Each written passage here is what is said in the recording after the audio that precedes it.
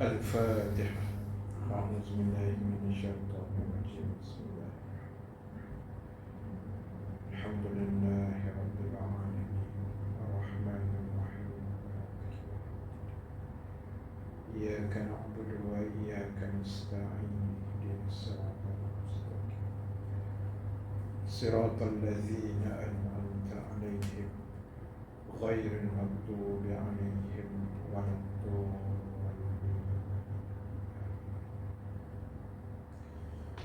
الحمد لله رب العالمين الذي هدانا لهذا الإسلام وما كنا لنهتدي لولا أن هدانا الله. أشهد أن لا إله إلا الله وحده لا شريك له وأشهد أن محمدا عبده ورسوله. ربنا افتح بيننا وبين قومنا بالحق وأنت خير الفاتحين وسيكفيكهم الله وهو السميع العليم. Amma ba'd. Muslimin dan muslimat yang dirahmati Allah Subhanahu wa ta'ala sekalian, Alhamdulillah ta'ala, kita memanjatkan kesyukuran kepada Allah. Dengan keizinan daripadanya kita dapat sama-sama dipertemukan pada tengah hari ini. Alhamdulillah, mudah-mudahan pertemuan kita mendapat kebaikan, rahmat dan juga keampunan Allah Subhanahu wa ta'ala, insya-Allah. Muslimin dan muslimat, insya-Allah pada tengah hari ini seperti biasa kita akan sambung perbahasan dan perbincangan menggunakan kitab Al-Iman wal Hayah, kitab Iman dan Kehidupan. Kita sambung bacaan di dalam kitab pada muka surat 109 pada nombor yang ke-59. Masih lagi di bawah tajuk orang beriman tidak terumbang-ambing antara kalau dan seandainya. Muka surat 109 nombor 59 di bawah tajuk orang beriman tidak terumbang-ambing antara kalau dan seandainya. Bismillahirrahmanirrahim. Peristiwa peperangan Badar, di situ telah tewas beberapa ataupun sejumlah tentera Islam. Allah mencela kaum munafik, orang yang penyakit dalam hatinya yang hidup dengan kalau dan hendaknya, sebagaimana yang disebut dalam surah Ali Imran ayat 154. A'udzu billahi minasyaitonir rajim. Wa ta'ifatun qad ahammatuhum anfusuhum yazunnuna billahi ghairal haqqi dhannal jahiliyah yaquluna hal lana minal amri min syai' qul innal amra kullahu lillah yukhfuna fi anfusihim ma la yubduna lak yaquluna law kana lana minal amri syai'un ma kutilna hahuna qul law kuntum fi buyutikum la barazal ladzina kutiba alaihimul qatlu ila madaji'ihim. Sadaqallahul azim. 154 surah Ali Imran. Yang bermaksud dan sebahagian yang lain dicemaskan oleh dirinya sendiri. Mereka menduga Allah dengan dugaan yang tidak benar, seperti mana dugaan zaman jahiliyah. Mereka mengatakan, adakah kita akan memperolehi pertolongan agak sedikit? Katakanlah, sesungguhnya pertolongan itu seluruhnya kepunyaan Allah.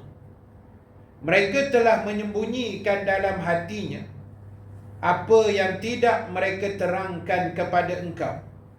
Mereka mengatakan, kalau sekiranya kita mendapat pertolongan agak sedikit sahaja, nescaya kita tidak akan terbunuh di tempat ini.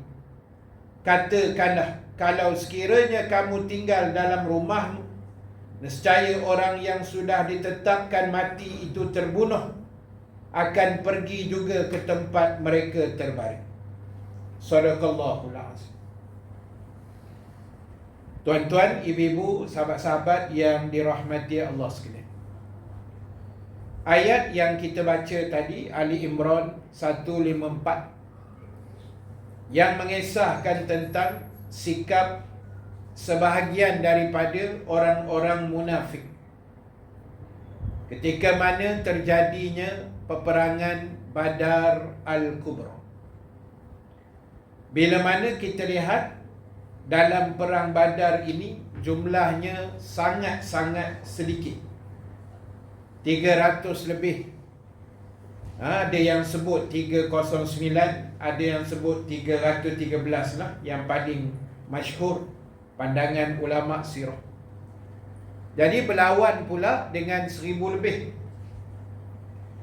Lebih kurang nisbahnya satu berlawan dengan 3 orang. Satu tentera Islam lawan 3 orang kafir. Itu nisbah dia. 300 lawan 1000 lah. Lebih kurang nisbah dia begitu. Baik, kemudian dalam kisah ini, orang munafik yang berpura-pura dalam Islam ini, dia tidak menyuarakan hati kecil mereka yang merasa takut dan gemetar dengan jumlah yang sedikit.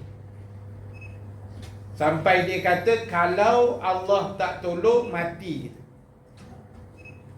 Dia guna perkataan kalau tadi tu. Dia cerita kalau ni tuan-tuan, dalam Islam ni dia adalah ketentuan Allah. Apa sahaja yang berlaku adalah kehendak dan izin Allah. Allah sebut dalam ayat itu 154 Ali Imran, muka surat 109. Allah sebut, kalaulah mereka tak keluar juga, tak pergi perang Badar tu pun, mereka golek baring atas katil sekalipun, Allah kata apa? Nescaya kematian tetap mendatangi mereka.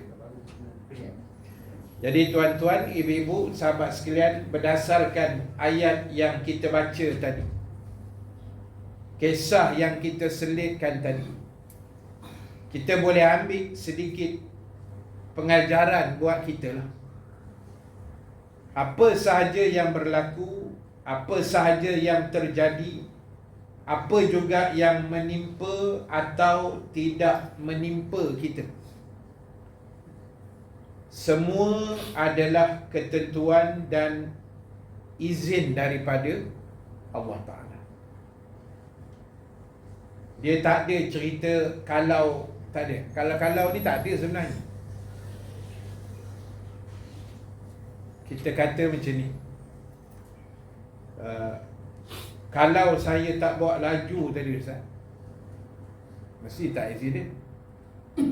Kan, kalau dia ceritanya Allah yang dah tentu hari tu kita bawa laju ke slow. Kalau accident, laju pun accident, slow pun akan accident. Itu dah ketentuan dia. Kan? Tak boleh kata apa tuan-tuan. Ketentuan Allah ni kadang-kadang kita tak boleh nak baca. Kita tak boleh nak gambarkan.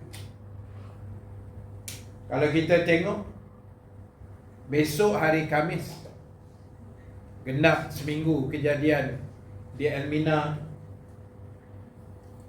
Bila kita bercerita pasal kalau ni, macam-macam lah ayat yang keluar. Benda ni bagi orang Islam, dia kena yakin, dia kena percaya dengan segala ketentuan yang ditentukan Allah. Kan, kalau kita tengok ada satu, banyaklah, bukan satu je sebenarnya. Kan dalam kejadian tu ada pakcik yang bawa kereta tu kan, meninggal. Elmira betul? Elmira. Apa nama kereta? Elmira. Sebab saya baru makan dekat restoran Elmira tu yang macam confused pula sekejap. Elmira. Dia ada Elmira. Betul. Kan? Tu pun ada pula orang cakap, dia kata kalau pakcik tu tak lalu situ mesti tak kena. Ini semua cari balik dia komen tu. Kan? Dia kata kalau tak lalu mesti tak kena. Memanglah kalau tak lalu, kan, logiknya tak kena. Ada pula yang komen, kenapalah pakcik tu lalu situ. Itu lagi cerdik kan? Itu jalan raya bang, memanglah dia lalu situ. Bukan jalan ketebang ke jalan kesapi. Itu jalan raya, semua orang, kereta, motor, basikal, semua lalu situ. Apa yang kita pergi buat komen-komen yang bukan macam tu kan? Jadi kejadian ni pun tak ada siapa yang nak, tuan-tuan. Terutama keluarga waris, tak ada siapa yang nak anak dia, suami dia, cucu dia ke mati dalam keadaan mengejut gitu. Lebih orang kata memilukan lagi, hanya 2 minit sebelum mendarat. Kalau naik atas itu tuan-tuan, sebab saya duduk area situ, tu yang saya berani nak goreng cerita ni. Saya duduk kawasan situ, sebelah dengan Elmina tu kan. Sarjana utama ni sebelah lah, 7 minit sampai lah. Jadi area kami ni memang area kapal terbang lalu. Untuk landing di Subang, dia memang lalu atas rumah-rumah. Tapi dekat area masa itu agak tinggi sikit lah. Dia lalu tu, ke depan tu makin rendah lah. Jadi kita kata, Allah Ustaz, 2 minit saja lagi Ustaz nak landing. Kita nak cakap apa tuan-tuan? Bila Allah yang mengatur benda tu, dia bukan kira 2 minit ke 5 minit lagi ke, dekat sangat dah nampak landasan ke. Kalau Allah takdirkan hari tu jadi, benda Allah tu jadi, kita nak boleh kata apa? Bukan kata 2 minit. Quran sebut, iza jaa ajaluhum la yastakhiruna sa'atan wa la yastaqdimun. Quran sebut, kalau sampai ajal 1 saat, bukan 2 minit. Sa'atan maknanya sedetik atau 1 second. 1 saat. Cepat pun tidak, lewat pun tidak. Itu Allah punya perancangan. Jadi 2 minit tu tak ada apa lah tuan-tuan. Pada kita mungkin rasa Allah terkilan kan, dekat sangat nak landing dah Ustaz, 2 minit lagi, tiba-tiba jadi. Itu kuasa Allah tuan-tuan. Kita tak boleh kata apa. Dan kita doakanlah proses pengecaman dan pencarian suara tu nak dibongkarkan 30 minit punya rakaman terakhir itu dapat diselesaikan lah. Dipanggil kotak CVR tu, dah hantar ke Singapura tapi tak boleh buat, sebab ada teknikal sikit. Dan mungkin akan dihantar ke Florida, sebab situ tempat pengeluaran syarikat yang buat benda Allah tu. Jadi kena hantar ke makmal di balik untuk dia ekstrakkan benda tu supaya dapat diketahui lah. Mudah-mudahan ada jalan lah, Allah akan bagi. Sebab agak misteri jugalah kan, kejadian tu banyak benar spekulasinya. Jadi kita doa yang terbaik. Tapi apa pun tuan-tuan, itulah kita baca ayat tadi, ketentuan ni. Kita boleh kata, kalaulah aku tak keluar rumah tadi, mesti aku tak ada kena hujat. Tak boleh. Benda ni dalam Islam dia tak ada kalau-kalau tu sebenarnya. Tapi lah pertuturan biasa kita memang sebut gitu kan. Tapi hakikatnya setiap apa benda baik, benda buruk, elok tak elok, kita suka, kita tak suka, semua Allah telah susun atur. Semenjak bila? Semenjak azalinya lagi. Azali ni bila? Sejak sebelum wujudnya segala bagai semua. Tuan-tuan duduk dalam surau hari ni dengan pakaian yang tuan-tuan pakai, tempat yang tuan-tuan sedang duduk sekarang ni, ini Allah dah susun sejak azali lagi. Kita belum wujud, Allah dah tulis. Disuruhnya malaikat susun, dia bagi arahan 20 berapa ini? 3 23 Ogos sekian hari bulan, pukul berapa, kita pakai baju apa, duduk nyandor ke tak nyandor, semua disusun sejak azali. Bawa kitab ke tidak, kan? Bawa duit ke tidak. Tapi QR code ada, jangan risau. Telefon bawa kan. Jadi tuan-tuan, Allah dah susun. Telefon tinggal. Allah. Macam mana ketentuan dia semua tak? Saya pun asalnya 3 ni tuan-tuan. Live saya biasa 3. Abang Adif tahulah, biasa 3. Telefon satu lagi yang nak tompang dia punya hotspot tu ada tertinggal pula dalam kereta. Itulah ketentuan. Nak macam mana? Kan saya buka-buka, alamak tertinggal pula yang nak menumpang kasih tu kan. Biarlah buat satu je. Itulah ketentuan dia. Jadi tuan-tuan, ini Islam. Dia ajar kita apa-apa mesti balik kepada Allah yang Maha Kuasa, Allah yang Maha Esa. Dia dah susun segala-galanya kepada kita. Baik, ayat di bawah itu surah Ali Imran juga 168. Hujung ayat 168, lau ata'una ma kutilu kul fadra'u an anfusikumul mauta in kuntum sadiqin. Orang munafik yang mengatakan kepada kawan-kawannya dan mereka sendiri tinggal di belakang, kalau sekiranya mereka mengikut kita, tentulah mereka tidak akan mati terbunuh. Katakanlah, cubalah hindarkan kematian itu dari diri kamu, kalau kamu memang orang-orang yang benar. Jadi maksud ayat ni tuan-tuan, ibu-ibu sekalian, orang munafik ni terutama zaman Rasulullah dululah, mereka ni banyak benar alasan. Kan?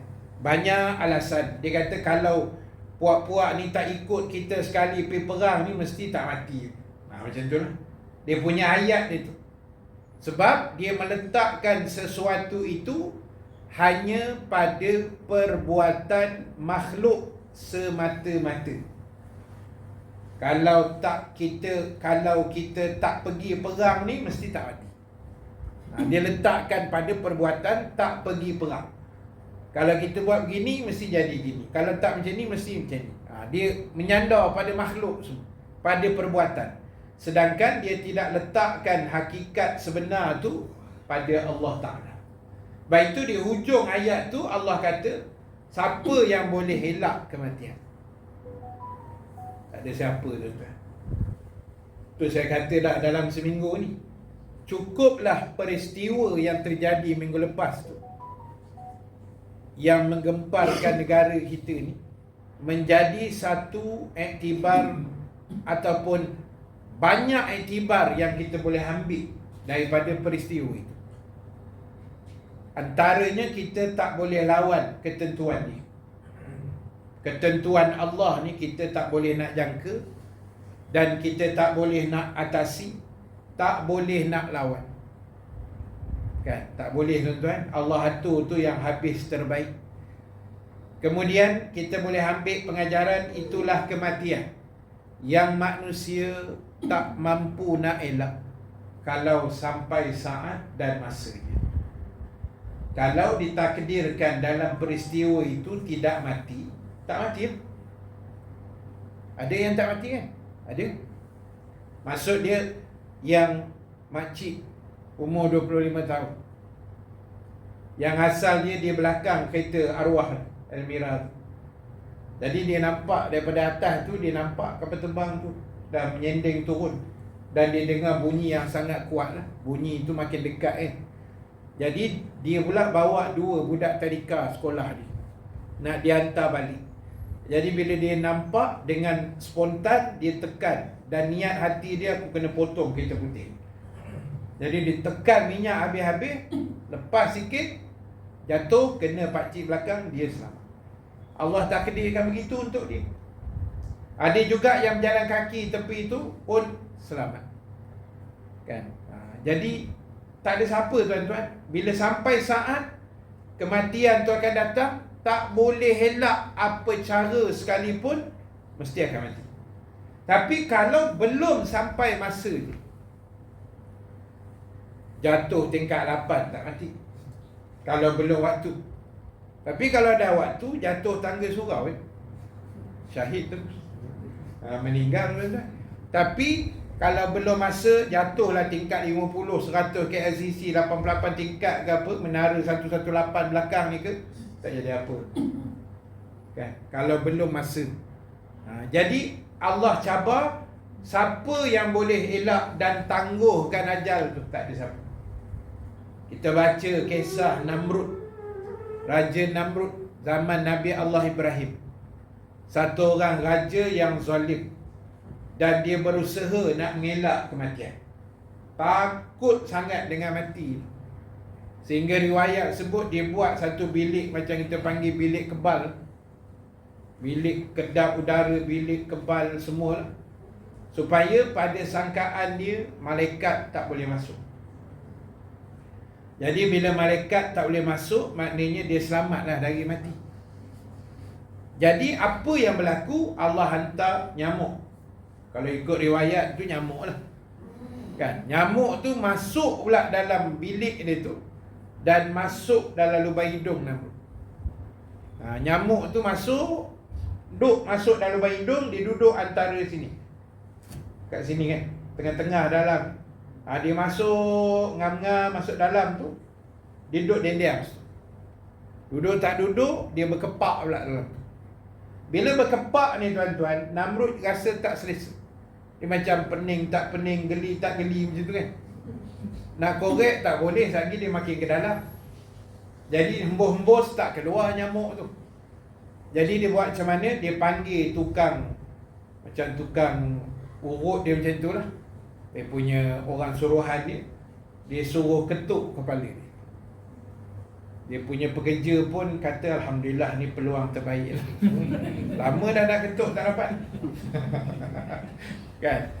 Dia pun tang sekali ketuk kepala Namrud. Berhenti nyamuk tu daripada berkepak dalam tu. Duduk diam. Nyamuk terkejut, duduk dia diam. Lama sikit berkepak balik, pening balik Namrud. Ketuk lagi, diam pula. Lama sikit bergoyang balik, ketuk. Lama-lama mati kena ketuk. Tu yang kata mengelak mati tadi tu. Lama-lama mati punca kena ketuk dengan dia punya orang suruhan. Jadi tak boleh elak mati. Cuma kita sebut dah banyak kali, kematian itu boleh berlaku. Standard istilah dia kita sebut 2 perkara. Pertama, bila ada kematian, orang tanya kenapa mati, kita akan jawab ajal dah sampai. Kan? Ajal ni bahasa Arab. Melayu pun ajal juga. Ajal ni masa sebenarnya. Ajlun. Ataupun ajal maknanya masa. Kan? Masa dah sampai. Pasal apa meninggal? Masa dah sampai. Biasa orang sebut gitu. Betul lah. Bukan salah istilah tu, betul. Yang kedua, sebab apa meninggal tuan-tuan? Selain masa dah sampai ajal tadi, jawapan dia sebab rezeki orang tu dah cukup. Dia punya limit, kota dia dah sampai maksimum. Dah tak ada rezeki. Bila rezeki dah habis, mati lah. Itu sebenarnya. Maknanya bila rezeki kita dah cukup kota dia, tak makan dah, dan dia akan meninggal selepas itu. Dua sebab, satu ajal, satu rezeki dah cukup. Kota tu orang kata dah sampai limit kan, dah tak ada tambahan daripada Allah, manusia akan mati. Sebab itu tuan-tuan, kalau ada yang tadi sebelum datang makan tengah hari, tuan-tuan makan tadi kan, tambah pula 2 pinggan, mana lambat lagi nak mati. Kota tu banyak lagi kan, kota tu banyak lagi. Tapi kalau makan dah tak apa selera, tuan-tuan tengok orang kat hospital kan, dia makan tak apa selera. Mula-mula masuk boleh sepinggan, lepas minggu dah makin teruk, setengah pinggan, lepas tu dah tinggal 2 suap, lusa 1 suap, hari keempat mati. Habis, sebab kota dia dah tak ada.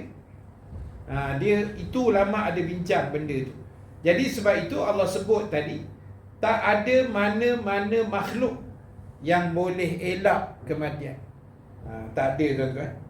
Kalau boleh, ramai orang tak mati tu.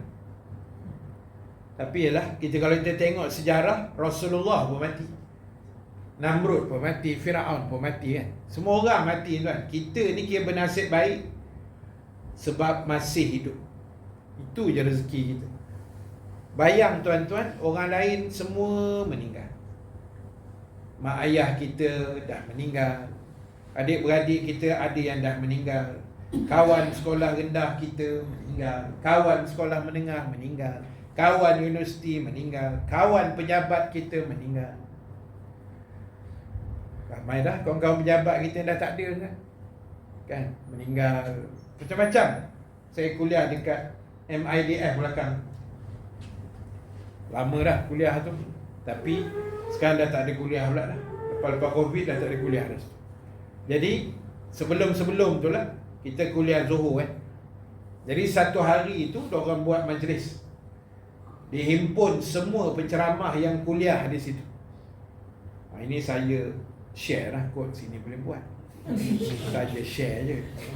Jadi dia buat program tu menjelang asar. Dia tak ada ceramah, panggil semua penceramah buat makan. Lepas tu bagilah cendah hati sikit kat penceramah kan. Ni tempat lain ni contoh. Tapi kalau catat tu bagus kan. Jadi tuan-tuan, lepas tu buatlah majlis lah. Jadi kita buat majlis tu makan-makan lah, kambing lah apa semua kan. Jadi bila makan tu biasalah jamaah kan. Sebelum ni macam tuan-tuan lah kuliah Zuhur, lepas semayang salam-salam balik kan. Time tu lah tuan-tuan jumpa ustaz pun, masa ustaz kuliah tak boleh sembang. Lepas kuliah salam-salam bolehlah sembang sikit, lepas tu kita masuk kerja. Tapi hari itu macam ramah mesra kan, duduk dengan ustaz, makan dengan ustaz, selfie dengan ustaz semua. Sampai semayang asar, lepas tu semayang balik semua. Saya pun balik petang tu, sampai rumah dekat maghrib, WhatsApp masuk, ustaz, jamaah kita meninggal. Saya kata, yang mana? Tadi yang selfie dengan ustaz. Lepas ni tak berani dah aku rasa selfie dengan ustaz. Takut meninggal pula lepas ni kan. Dia kata yang selfie dengan ustaz tadi, yang makan dengan ustaz. Allah, saya kata kan, memang kita rasa terkesan tuan-tuan. Sebab baru jumpa lepas sejam kita balik. Sebab apa? Accident. Dia macam tuan-tuan lah, kaki kuliah. Dia duduk KL, kerja KL. Lepas habis di MIDF, ambil bini dia, naik motor balik, duduk luyang. Nak mengejar kuliah maghrib, dia kaki kuliah tuan-tuan. Hari tu hujan, terbabas, langgar pokok, dia meninggal. Saya rasa isteri dia agak kritikal juga masa tu. Jadi tuan-tuan, itulah kematian. Kita jumpa, kita sembang, bulan lepas ada ustaz. Ya, bulan lepas ada, bulan ni dah tak ada, meninggal.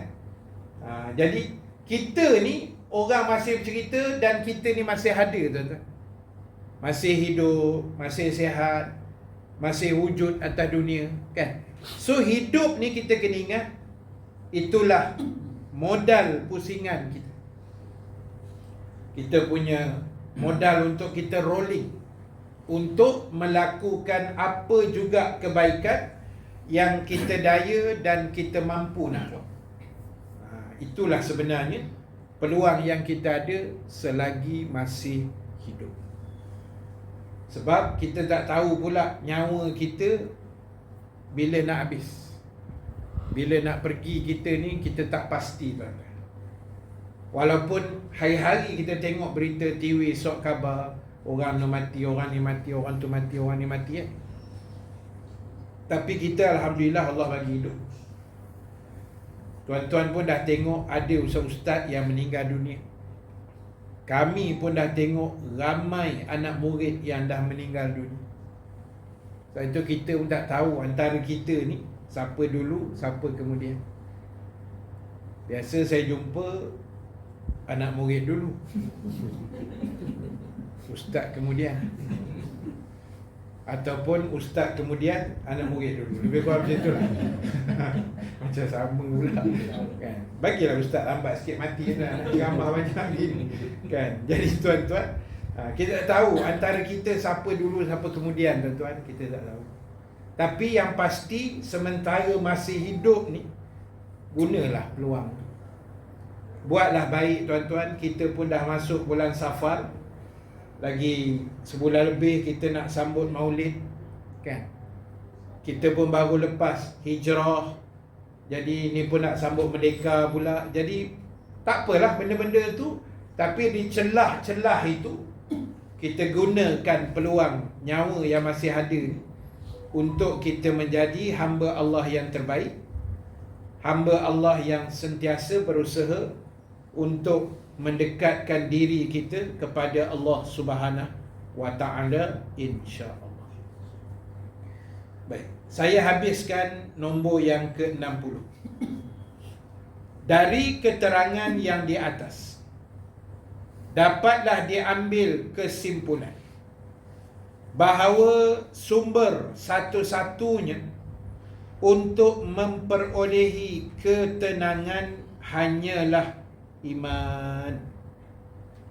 Kerana orang beriman itu hidup sesuai dengan fitrah kemanusiaan, mengetahui rahsia hidupnya dan alam yang besar ini, dan terhindar dari tekanan ragu-ragu, dan nampak jelas baginya segala tujuan dan jalan yang dia akan tempuh, dan merasa dirinya dekat dan mempunyai hubungan yang erat dengan Tuhan, hidup dalam lingkungan nabi-nabi dan orang yang baik-baik, sanggup menghadapi peristiwa dengan tabah dan berani, dan jauh dari kalimah kalau dan sekiranya. Maka berbahagialah orang yang beriman, baik dalam hidup yang fana ini atau dalam alam kehidupan akhirat yang kekal abadi. Malam tadi je saya ada sebut dalam kuliah saya di Gombak, tuan-tuan. Antara benda yang kita kena usahakan untuk kita tambah, kita upgrade pada setiap hari sebagai orang yang mengaku Islam dan beriman ini, antara benda yang disarankan adalah menambahkan iman. Upgrade kita punya iman ke arah yang lebih-lebih baik. Yang dah sedia ada pun Alhamdulillah, kita rasa dah cukup baik. Tapi agama ajar kita, ulama berpesan pada kita, tambahkan iman kita setiap hari. Sebab iman ni adalah kunci segala-galanya. Doa yang kadang-kadang kita dengar imam-imam kita baca lepas solat, Allahumma ahyina bil iman. Ya Allah, hidupkan kami dalam keadaan kami benar-benar beriman.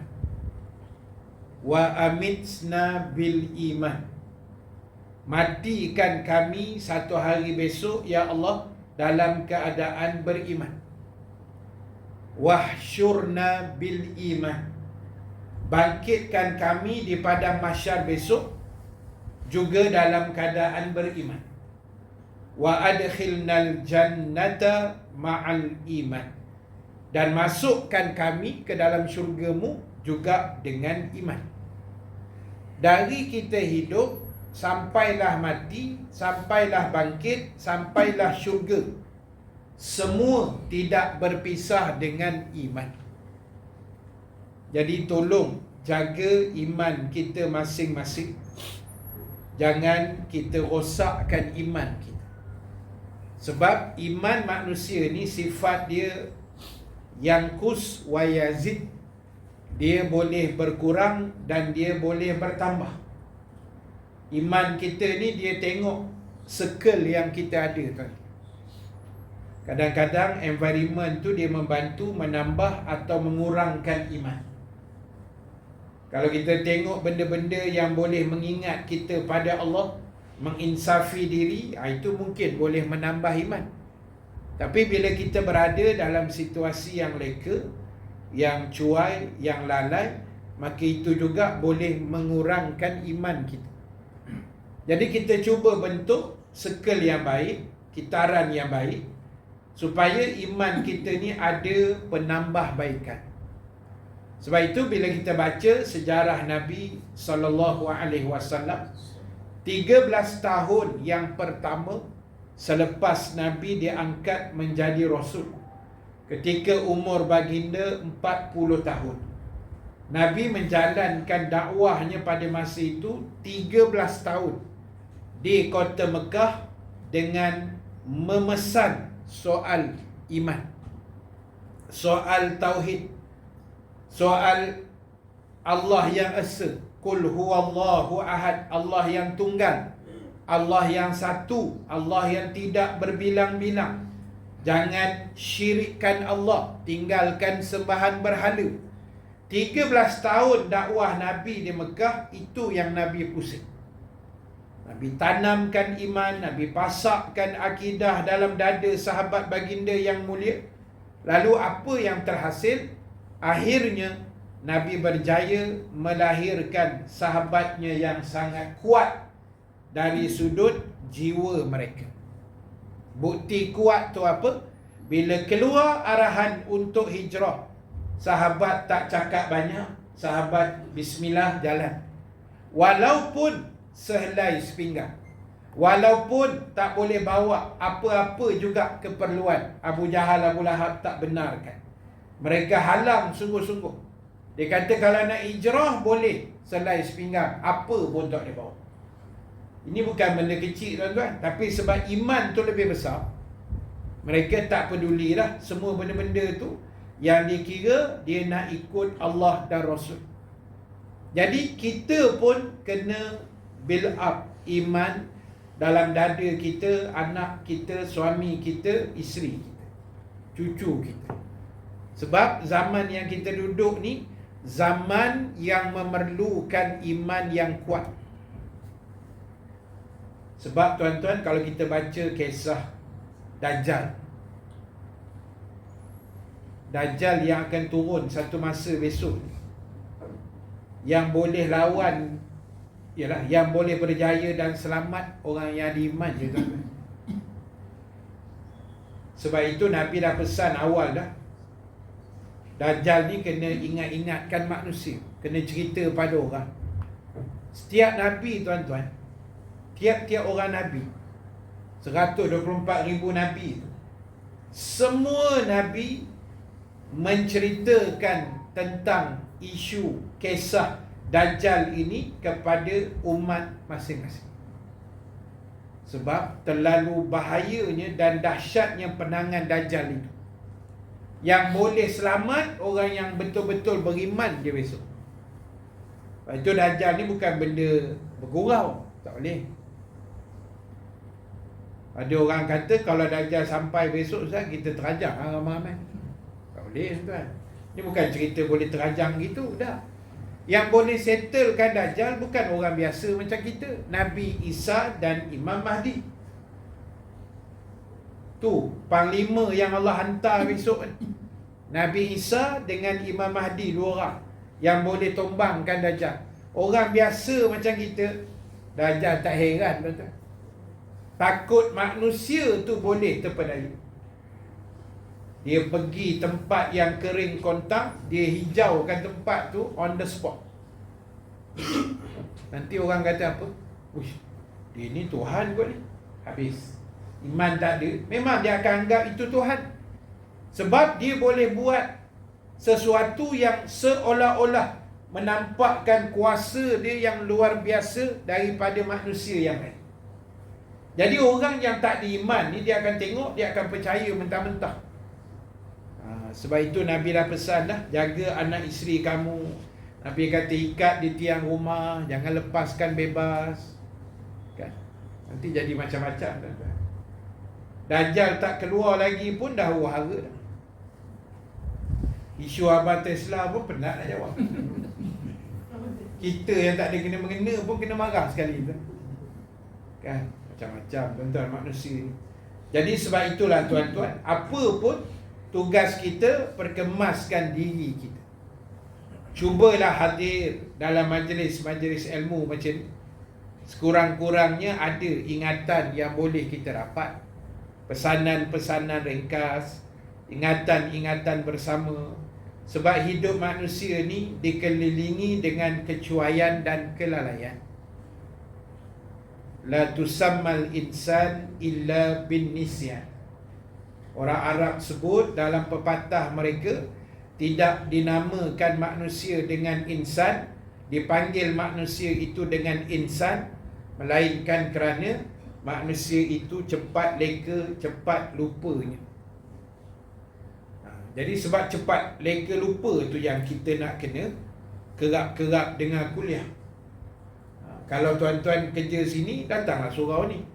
Kalau balik sekarang, carilah surau di rumah kita dah. Tengoklah mana kuliah yang patut. Kalau tak dan, mana yang ada live tu, kita tengoklah. Dapat pengajaran, dapat peringatan, dapat ilmu juga sebersedikit lah. Daripada kita tengok live yang bukan-bukan ni, jadi kita cari live yang ada manfaat. Sebab zaman kita ni memang zaman itu dah. Zaman teknologi, zaman sebaran maklumat yang berlaku dengan sangat pantas di hujung jari kita. Teknologi ni dia dah makin bergerak laju tuan-tuan. Kita kalau lambat memang tinggal. Kan? Dulu kita isi minyak,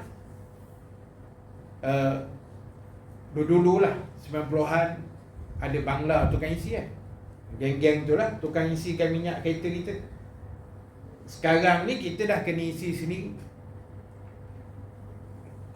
Selepas tu isi sendiri, tapi bayar di kaunter kan. Sekarang ni dah tak ada dah. Kita boleh isi sendiri melalui bayar melalui handphone. Macam Petronas ada buat kan, settle. Memang settle betul lah.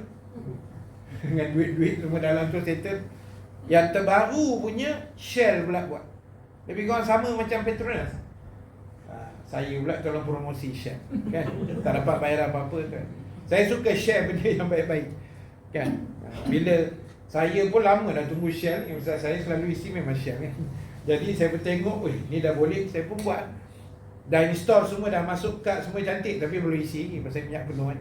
Sabar dulu. Jadi tuan-tuan, teknologi dah makin canggih. Kita lambat memang tinggal. Dulu kereta start pakai kunci kan, tekan, masuk, pulat kunci. Sekarang tak ada. Semua kebanyakan push start button. Kebanyakan kan. 10 tahun akan datang pakai niat. Tuan-tuan boleh gelak sekarang tuan-tuan. Kalau betul macam ni. Tuan-tuan ngapain? Teknologi dah makin canggih kan. Dulu tak terbayang kereta elektrik kan. Tak bayar kereta, handphone pun cukup dah tuan-tuan. Dulu zaman-zaman Nokia, Sony Ericsson dulu kan. Zaman apa? BlackBerry ke apa? Kenapa? Macam tu lah. Semua ada keypad kan. Tiba-tiba iPhone buat keluar satu mula-mula tak ada keypad. Wahara kat masa tu. Orang kata apa, telefon susah nak tekan tak boleh. Sekarang semua dah ada macam ni tu. Siapa yang pakai keypad pula orang tengok pula apa hal Mamat ni kan. Ni tahu bila punya ni. Oh tak pakai kan, teknologi lah. Jadi kalau kita lambat memang tinggal. Bukan tak boleh ambil, teknologi ni kena ambil je, kena ambil. Syekh Ghazali kata kita kena bergerak seiring teknologi yang ada. Boleh tak? Wallahu a'lam. Itu yang boleh kita share sedikit pada tengah hari ini. Tajuk yang berikut insya-Allah kita sambung bulan hadapan biiznillah dengan izin Allah Subhanahu wa taala. Dan sebelum saya tangguh, ada dua perkongsian ringkas. Yang pertama, kutipan tabung di atas kursi itulah untuk kebajikan dan juga pembinaan kompleks tahfiz di kampung Sungai Pagi, Behrang, Tanjung Malik, yang diurus oleh sahabat saya Ustaz Farhan Suhud. Yang projek itu sudah masuk fasa yang keempat. Alhamdulillah, maknanya dah hampir 70% siap, dan akan menyusul nanti fasa yang kelima lah. Jadi tabung ada situ, dia tak ada tudung, senang nak masuk duit. Dan kalau duit tak bawa pun tak apa, QR code ada. Teknologi kan, jangan tinggal maklumat pula. Jadi handphone saya rasa bawa kot, jadi boleh scan lah. Tak ada alasan kan. Dah gaji belum? Belum? Belum. Tapi tak gaji pun tuan-tuan macam nak gaji kan, duit banyak. Baik, apa pun terima kasihlah sumbangan tuan-tuan RM1-2 dalam tu, alhamdulillah. Dan yang kedua, last call. Sebab bulan lepas saya tak datang kan. Jadi last call untuk yang berminat nak join untuk umrah awal bulan 10. Masih lagi last minute ni kita buka. Jadi kalau dia nak pergi boleh Roger, nombor telefon saya ada dekat tabung tu lah, insya-Allah. Wallahu a'lam. Terima kasih. Yang baik, yang benar daripada Allah, yang kurang kelemahan diri saya sendiri. Kita tangguhkan dulu majlis ni dan kita akan solat zuhur insya-Allah. Aqulu qawli hadza wa astaghfirullahal azim li wa lakum. Wassalamu alaikum warahmatullahi wabarakatuh.